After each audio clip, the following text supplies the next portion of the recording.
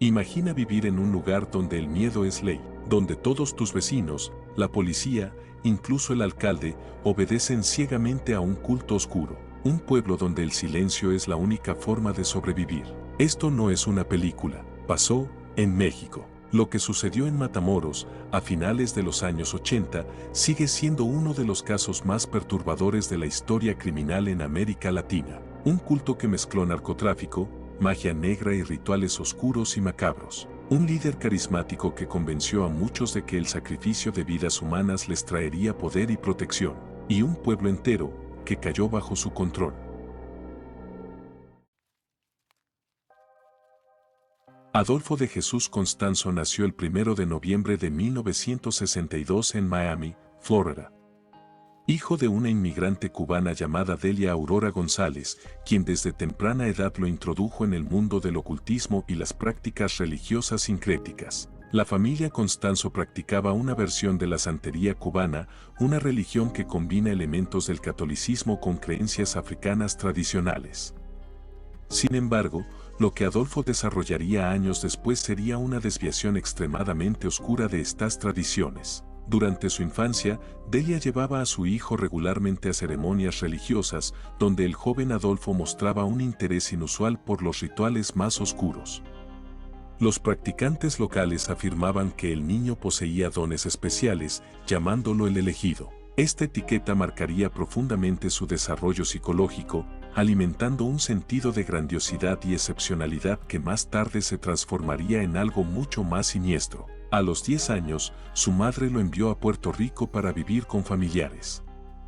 Allí, su contacto con variantes sincréticas de la santería se profundizó, especialmente con el palo mayombe, considerada una de las ramas más oscuras y potentes de las religiones afrocubanas. Esta práctica, a diferencia de la santería tradicional, es conocida por su enfoque en la manipulación de espíritus y fuerzas sobrenaturales para propósitos específicos, a veces incluso destructivos. Para cuando regresó a Miami en su adolescencia, Constanzo ya había desarrollado un profundo conocimiento de estas prácticas religiosas, pero también había comenzado a tergiversarlas según su propia interpretación. Según testimonios posteriores, comenzó a experimentar con sacrificios animales y a desarrollar rituales personalizados que se alejaban significativamente de las tradiciones originales. A los 18 años, Constanzo se trasladó a la Ciudad de México, donde encontró un terreno fértil para sus ambiciones. México, con su rica historia de sincretismo religioso y su fascinación popular por lo sobrenatural, le ofreció la oportunidad perfecta para reinventarse. En poco tiempo, se estableció como un padrino o líder espiritual, ofreciendo servicios de adivinación, limpias espirituales y hechizos de protección. Lo que distinguía a Constanzo de otros practicantes era su apariencia física y su carisma. Alto, atractivo y siempre impecablemente vestido, proyectaba una imagen de éxito y poder. Comenzó a atraer a una clientela adinerada, principalmente entre narcotraficantes y figuras del entretenimiento mexicano, quienes buscaban protección espiritual para sus actividades ilícitas. Durante este periodo, Constanzo desarrolló una habilidad especial para manipular a las personas. Estudios psicológicos posteriores sugerirían que poseía rasgos de trastorno de personalidad narcisista y antisocial, combinado con un profundo entendimiento de cómo explotar las creencias y miedos de los demás. Era extraordinariamente perceptivo, capaz de leer a las personas y ofrecerles exactamente lo que deseaban escuchar. A medida que su reputación crecía, también lo hacía su red de influencias. Para 1984, Constanzo había establecido conexiones con importantes carteles de drogas mexicanos, ofreciéndoles protección espiritual a cambio de considerables sumas de dinero. Estas relaciones le proporcionaron no solo riqueza, sino también poder y una creciente sensación de impunidad. Fue durante estos años cuando Constanzo comenzó a desarrollar lo que más tarde se conocería como su propia religión, una mezcla retorcida de palo mayombe, santería, ocultismo europeo y elementos inventados por él mismo. En el centro de esta nueva fe estaba la creencia de que el sacrificio humano proporcionaba el poder espiritual más grande, una desviación radical de las religiones afrocubanas tradicionales que él afirmaba seguir. Para finales de la década de 1980, Constanzo había reunido un núcleo de seguidores devotos, la mayoría de ellos jóvenes vulnerables y sugestionables que habían caído bajo su influencia casi hipnótica. Entre ellos destacaba Sarah O'Drary, una estudiante universitaria conocida como la Bruja, quien se convertiría en su mano derecha y cómplice en los horrores que estaban por venir. A mediados de la década de 1980, lo que había comenzado como un servicio de ocultismo para narcotraficantes se transformó en un verdadero culto bajo el liderazgo de Adolfo Constanzo. El grupo estableció su base principal en un rancho conocido como Santa Elena, en las afueras de Matamoros, Tamaulipas, una ciudad fronteriza mexicana junto a Brownsville, Texas. Este lugar apartado, rodeado de vastas extensiones desérticas, proporcionaba el aislamiento perfecto para las actividades cada vez más oscuras del grupo. El culto operaba bajo una estructura jerárquica estricta, con Constanzo en la cúspide como el padrino indiscutible. Su palabra era ley, y cualquier cuestionamiento a sus enseñanzas o demandas resultaba en castigos severos. Sara Aldrete, quien había conocido a Constanzo en 1987, ascendió rápidamente para convertirse en la segunda al mando. Aldrete representaba la cara pública del grupo. Estudiante de educación física en Texas Southmost College en Brownsville, era conocida como una joven atractiva, inteligente y carismática, apodada la madrina dentro del culto. Su doble vida era perfecta. Durante el día, era una estudiante ejemplar en Estados Unidos. Por las noches, cruzaba la frontera para participar en los rituales cada vez más siniestros dirigidos por Constanzo. El culto atrajo a miembros de diversos orígenes. Algunos eran narcotraficantes que buscaban protección mágica para sus actividades ilícitas. Otros eran jóvenes desorientados en busca de pertenencia o poder. Constanzo tenía un talento especial para identificar vulnerabilidades y manipular a las personas con promesas adaptadas específicamente a sus deseos y temores más profundos. La doctrina del culto era una amalgama distorsionada de diversas tradiciones religiosas. En su centro estaba el Nanga, un caldero ritual del palo mayombe que tradicionalmente contiene tierra sagrada, palos, hierbas y pequeños huesos de animales. Sin embargo, Constanzo había pervertido esta tradición. Su nanga contenía restos humanos, incluidos cerebros, corazones y espinas dorsales de sus víctimas. Constanzo enseñaba a sus seguidores que este caldero era la fuente de su poder sobrenatural. Les aseguraba que los sacrificios humanos alimentaban al espíritu del Nanga, una entidad que él llamaba el padrino, y que a cambio les proporcionaría protección, riqueza y habilidades sobrenaturales. Los rituales del culto evolucionaron gradualmente hacia una mayor violencia. Al principio, se limitaban a sacrificios de animales, principalmente gallos negros. Pero a medida que Constanzo buscaba mayor poder, comenzó a sugerir que solo el sacrificio humano podría proporcionar la protección definitiva. El primer asesinato ritual ocurrió probablemente en 1988, cuando un miembro del culto o un extraño, las versiones varían, fue sacrificado para consagrar el Nanga principal. El modus operandi de los asesinatos seguía un patrón ritual específico. Las víctimas eran sometidas a torturas prolongadas, ya que Constanzo creía que el miedo y el dolor purificaban el sacrificio. Posteriormente, partes de sus cuerpos, especialmente el cerebro y la columna vertebral, eran extraídas para ser añadidas al Nanga. A menudo, las víctimas eran desmembradas y sus restos enterrados en diferentes ubicaciones alrededor del rancho. El culto mantenía una fachada de legitimidad a través de sus conexiones con el mundo del narcotráfico. Constanzo había convencido a miembros de los carteles locales de que sus rituales les proporcionaban protección contra las balas, detección policial e incluso invisibilidad durante operaciones de contrabando. Estos servicios se pagaban generosamente, permitiendo a Constanzo y sus seguidores más cercanos vivir lujosamente. Para 1988, el culto de Constanzo había crecido hasta incluir aproximadamente 2 docenas de miembros activos y un círculo más amplio de asociados y clientes. La mayoría de los miembros principales vivían entre Ciudad de México y Matamoros, moviéndose frecuentemente para evitar sospechas. Los miembros del círculo íntimo incluían a Martín Quintana Rodríguez, un ex policía, los hermanos Hernández, involucrados en el tráfico de drogas, Omar Orea Ochoa, un estudiante universitario, y Serafín Hernández García, sobrino de un importante narcotraficante local. Este último proporcionaba una conexión crucial con el mundo del crimen organizado de Matamoros. El culto operaba bajo un velo de secretismo extremo. Los nuevos miembros pasaban por rituales de iniciación que incluían juramentos de sangre, consumo de sustancias alucinógenas y, en algunos casos, participación en actos violentos para probar su lealtad.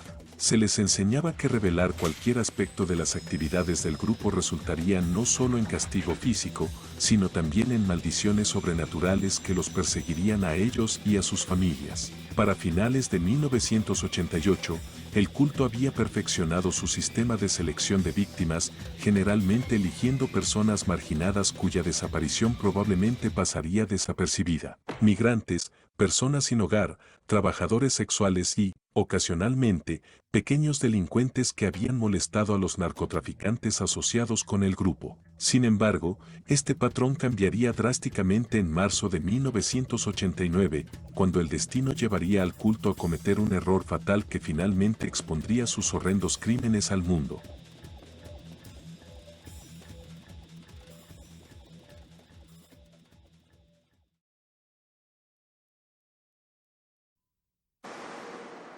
Garcia's, just steps from the Texas-Mexico border, is one of the most famous tourist stops in Matamoros. It was one of the last places, too, that friends remember seeing Mark Kilroy. Authorities say that Mark Kilroy was grabbed somewhere near here by satanic cult members who motioned him towards their car. Signed confessions from some of the suspects reveal that at one point Mark was able to escape into the streets of this town, but that he was recaptured and taken to the Santa Elena Ranch. 25 miles into Mexico, the shallow graves of a dozen found, 2 still buried, tell the story of a drug-dealing cult led by a Cuban godfather. Inside a small shack, ritualistic candles and reminders of torture. Outside, a cauldron that authorities say was filled with human brain matter, blood, and animal parts. I cannot understand how somebody can just tell somebody else pick him up and go kill him. I have a hard time personally recognize that fact. I can't believe it can be done. Authorities believe Mark and the others were victims of a group that transported some 1,000 pounds of marijuana into Texas each week, that the Cuban padrino or godfather was possibly linked to a form of voodoo, Santeria, practiced in the Caribbean. Evidenced by a lot of the physical characteristics of the crime involved, feathers, the type of things they went through and the different rituals that they had. Most of what authorities know now comes from 4 suspects paraded before a gallery of cameras today. One showed off 6 ceremonial marks, each for a killing. The men, seemingly without remorse, all talked about a cult that killed to please its godfather, that abducted Kilroy because the godfather wanted an Anglo, part of the spring break crowd. Here in Mexico, where there is no death penalty, these men can at most receive a prison sentence of 50 years for murder. Here, too, in Mexico, news of the slayings worries some mothers, one of whom told reporters her son is missing and she fears a victim of the same fate. Shelley Koffler, Channel 5 News, in Brownsville.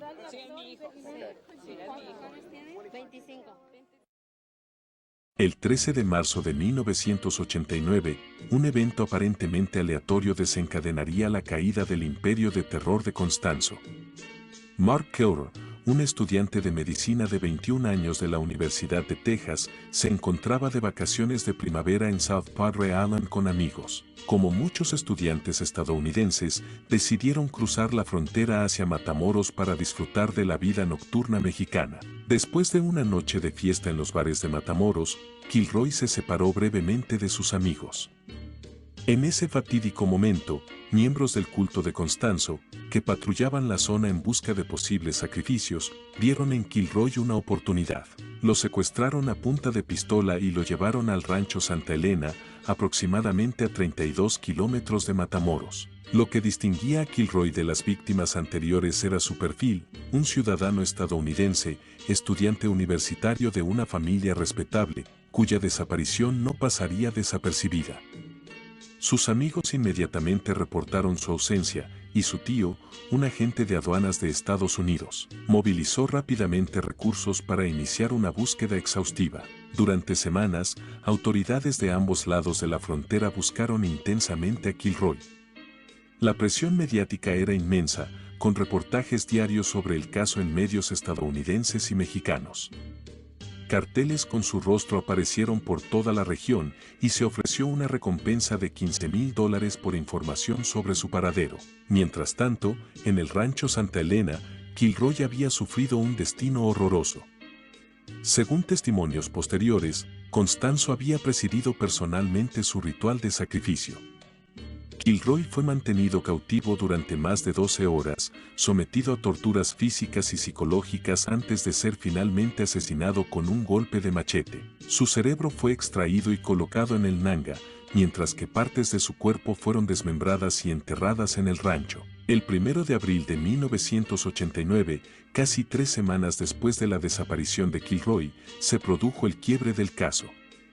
La policía mexicana detuvo un vehículo que había pasado por un retén sin detenerse cerca de Matamoros. El conductor era Serafín Hernández García, miembro del culto. En lugar de presentar documentos, Hernández mostró un amuleto y declaró con total confianza: "Somos invulnerables, las balas no pueden tocarnos". Esta extraña declaración llamó la atención de los oficiales, quienes decidieron detener a Hernández y a su pasajero David Serna Valdés para interrogarlos. Bajo presión, Hernández finalmente reveló la ubicación del rancho Santa Elena, asegurando a los policías que allí encontrarían drogas, pero sin mencionar los horrores que realmente ocultaba el lugar. Cuando la policía llegó al rancho al día siguiente, descubrieron mucho más que un simple escondite de drogas. Al explorar la propiedad, notaron un área de tierra recientemente removida. Al excavar, encontraron restos humanos. Más búsquedas revelaron más tumbas improvisadas y, eventualmente, el Nanga, un caldero ritual lleno de sangre coagulada, partes de cuerpos humanos, animales muertos y diversos objetos rituales. Lo más impactante fue el descubrimiento de un cerebro humano con un alambre de metal atravesado, que los investigadores forenses posteriormente identificarían como perteneciente a Mark Kilroy. En total, los investigadores encontrarían los restos de 15 víctimas enterradas en el rancho, aunque se sospecha que el número real de personas asesinadas por el culto podría ser mucho mayor. Los hallazgos en el rancho Santa Elena conmocionaron a la opinión pública internacional. Los medios de comunicación acuñaron el término narcosatánicos para describir la mezcla perturbadora de tráfico de drogas y rituales ocultistas que caracterizaba al grupo. Las imágenes gráficas de los restos humanos y los objetos rituales dominaron las primeras planas de periódicos en México y Estados Unidos. A medida que los investigadores profundizaban en el caso, descubrieron la verdadera extensión de las actividades del culto.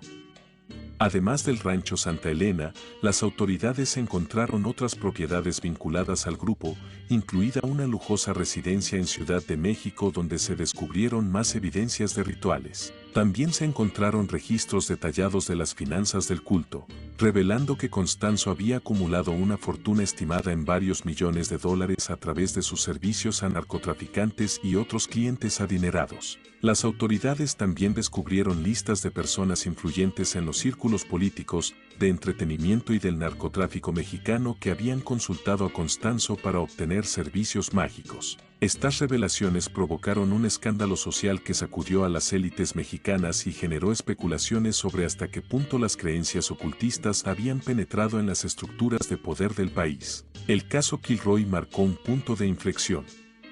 Lo que había comenzado como una búsqueda de un estudiante desaparecido se había convertido en la exposición de uno de los cultos más terribles en la historia reciente de México. La cacería de los miembros restantes del culto se convirtió en una prioridad máxima para las autoridades de ambos países, con un enfoque particular en capturar al líder, Adolfo Constanzo, y a su principal cómplice, Sarah Aldrade.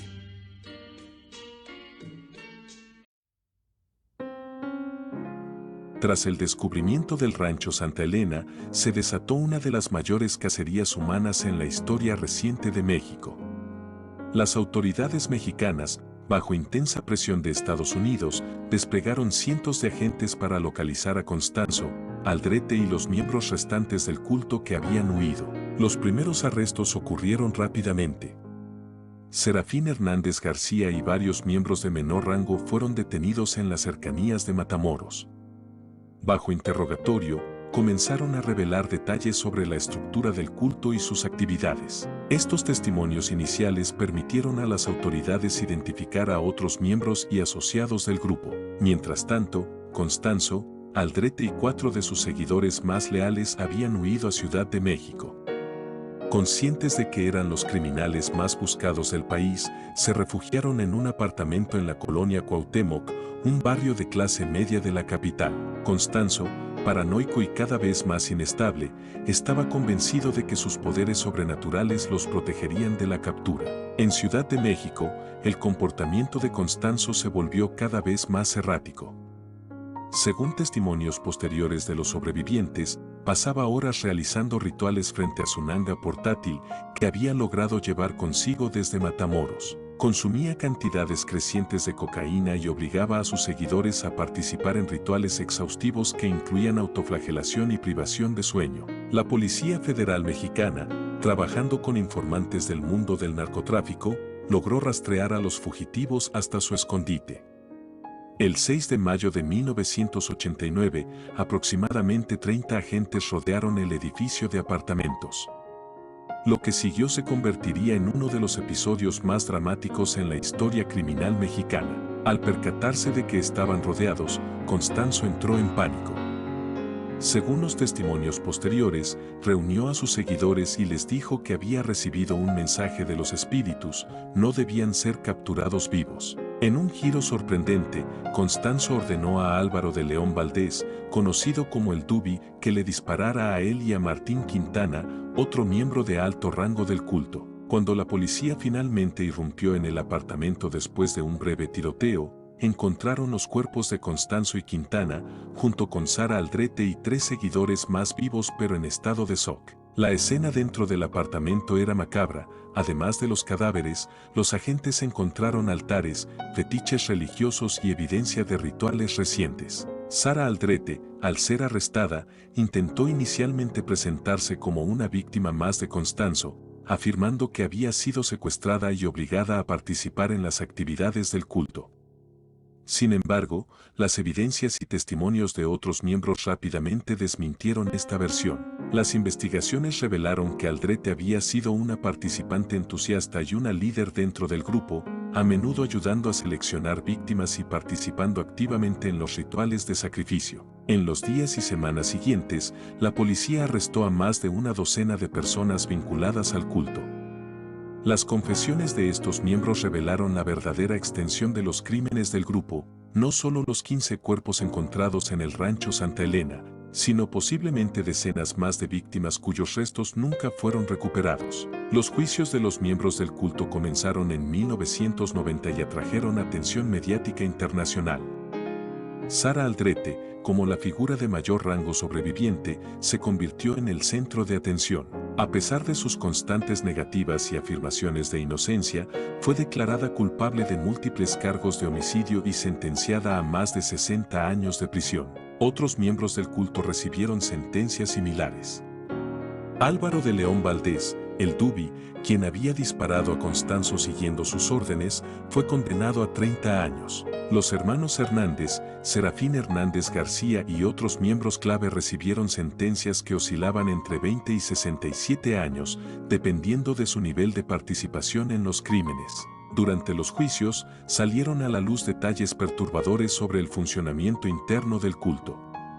Los testimonios describieron no solo los horribles rituales de sacrificio, sino también los métodos de control mental empleados por Constanzo: drogas, privación sensorial, amenazas, violencia sexual y manipulación psicológica sistemática. Estos relatos ayudaron a explicar cómo personas aparentemente normales habían sido llevadas a participar en actos de extrema crueldad. Particularmente inquietante fue la revelación de que el culto había operado con virtual impunidad durante años debido a sus conexiones con poderosos carteles de drogas y, posiblemente, con funcionarios corruptos. Varios testigos insinuaron que figuras de alto rango en la policía y la política habían protegido al grupo a cambio de servicios ocultistas o por temor a sus supuestos poderes. La muerte de Constanzo y el desmantelamiento de su organización marcaron el fin oficial del culto de los narcosatánicos de Matamoros. Sin embargo, las secuelas del caso continuarían reverberando en la sociedad mexicana durante años, generando debates sobre la influencia del ocultismo en el narcotráfico, la vulnerabilidad de los jóvenes ante líderes carismáticos y manipuladores, y las complejas interacciones entre religión, criminalidad y poder en México. Más de 3 décadas después de los horrendos crímenes en Matamoros, el caso de los narcosatánicos continúa ejerciendo una poderosa influencia en la cultura, la criminología y la conciencia colectiva de México y, en menor medida, de Estados Unidos. En el ámbito legal, el caso generó importantes precedentes. Los juicios de los miembros del culto fueron de los primeros en México en abordar crímenes relacionados con sectas religiosas violentas, obligando al sistema judicial mexicano a considerar cuestiones complejas sobre responsabilidad individual en contextos de manipulación psicológica extrema. Las sentencias impuestas, algunas de las más severas en la historia judicial mexicana para la época, reflejaron la conmoción pública y el deseo de justicia por crímenes de tal magnitud. Sara Aldrete, la bruja, se convirtió en uno de los símbolos más duraderos del caso. Desde prisión, ha mantenido su inocencia, afirmando en entrevistas ocasionales que fue manipulada por Constanzo y que no participó directamente en los asesinatos. Sin embargo, ha sido rechazada repetidamente en sus solicitudes de libertad condicional. Su figura ha evolucionado en el imaginario popular hasta convertirse casi en un personaje mítico, una encarnación del mal femenino seductor y engañoso. Los demás miembros sobrevivientes del culto han permanecido en gran medida en el anonimato dentro del sistema penitenciario mexicano. Algunos han fallecido en prisión, mientras que otros continúan cumpliendo sus largas condenas. Pocos han hablado públicamente sobre su participación, aunque ocasionalmente surgen entrevistas o declaraciones que reavivan el interés en el caso. En el ámbito académico, el caso ha sido objeto de numerosos estudios psicológicos, criminológicos y sociológicos. Ha servido como un caso de estudio sobre lavado de cerebro y control coercitivo, demostrando cómo individuos sin historiales previos de violencia pueden ser llevados a cometer actos atroces bajo la influencia de un líder carismático y un sistema de creencias distorsionado. Los antropólogos y estudiosos de religiones han utilizado el caso para examinar cómo tradiciones religiosas legítimas pueden ser pervertidas cuando se sacan de su contexto cultural apropiado. El caso provocó un renovado interés académico en el Palo Mayombe y otras religiones afrocubanas, con investigadores esforzándose por distinguir estas prácticas tradicionales de las distorsiones extremas creadas por Constanzo. En la cultura popular, el caso ha inspirado numerosas obras de ficción. Películas como Perdita Durango 1997 y Borderland 2007 se basaron libremente en elementos del caso. En literatura, el libro Sacrificio de Walter Goldwater utiliza el culto como inspiración para su narrativa de horror.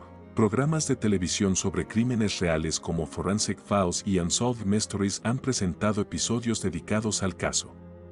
En México, el término narcosatánico ha entrado en el léxico popular como una forma de describir la intersección entre el crimen organizado y prácticas religiosas desviadas. Quizás el impacto más duradero del caso ha sido en la percepción pública de las religiones afrocubanas en México y Estados Unidos.